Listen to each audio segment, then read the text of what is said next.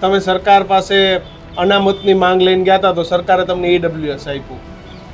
પછી તમે આયોગની માંગ હતી તો આયોગ પણ સરકારે તમને આપ્યું.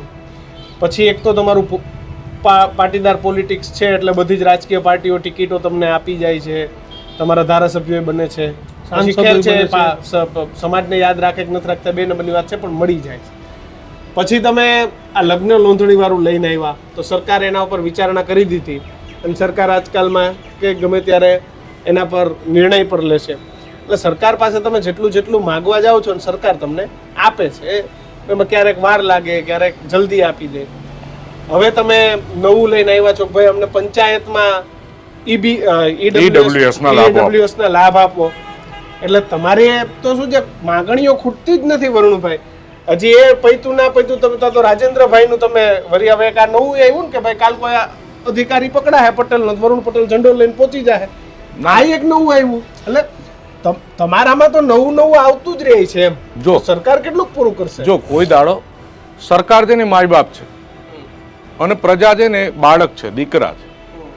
એ તો તમારો મારો દીકરો ને દીકરી હોય તો એ તો કોક દાડો ચોકલેટ એ માગે, કોક દાડો જમવાનું માગે. તો મા બાપની ફરજ શું આવે કે સાચી હોય એ માંગણી, એની સાચી જીદ મા બાપે પૂરી કરવી જ પડે.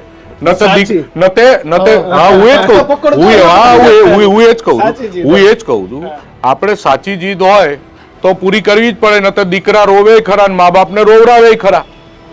બરોબર છે. એટલે પ્રજા તો બાળક છે નહીં, પ્રજા બાળક, પ્રજા નાદાન હોય અને સરકાર માય બાપ છે, એની જવાબદારી છે પ્રજાની વાત, પ્રજાની માંગણી પૂરી કરવાની. છોકરો એમ કે મેં 3 દાડાથી ખાધું નહીં, મને દાળ ભાત આપો, તો એ જીદ પૂરી કરવાની. હેલ્ધી ડાયટ છે, એ ડાયટ પૂરું કરવાની જવાબદારી માય બાપની છે. બરોબર છે.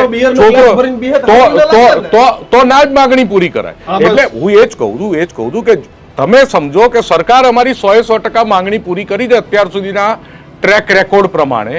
તો એનું કારણ શું છે? અમે પરિપક્વ બાળક છીએ. અમે માગીએ જ છીએ કે જે વાત સાચી હોય. બાપાને પેલો પગાર ઓછો હોય ને પહોંચી ના વળતા હોય તો એ તો મહિનો ટલ્લાવે, ભાઈ પગાર આવે પછી તને રમકડું લઈ આવીએ, કે આ ભણવાની ચોપડી લઈ આપીએ. રમકડું તો ચલો ના લઈ આપે, ભણવાની ચોપડી લઈ આપે. એમ અમારી વાત સાચી હોય છે પણ સરકારને એની સ્થિતિને અનુરૂપ બધું આવે. બરોબર છે. અને ક્યાંક બાળકોમાં અભિમાન ના આવી જાય, બાળકોને ક્યાંક જસ ના મળે. બરોબર છે. એ બધી પરિસ્થિતિને ધ્યાન રાખી અને સરકાર નિર્ણયો લઈને અમારી વાત માનતું હોય છે તો તમારે તો અમને અભિનંદન આપવા જોઈએ કે અમારી પરિપક્વતા કેટલી છે, કે અમારો 100% સક્સેસ રેશિયો છે. અમારી 100% વાત સરકારે માનવી પડી જાય.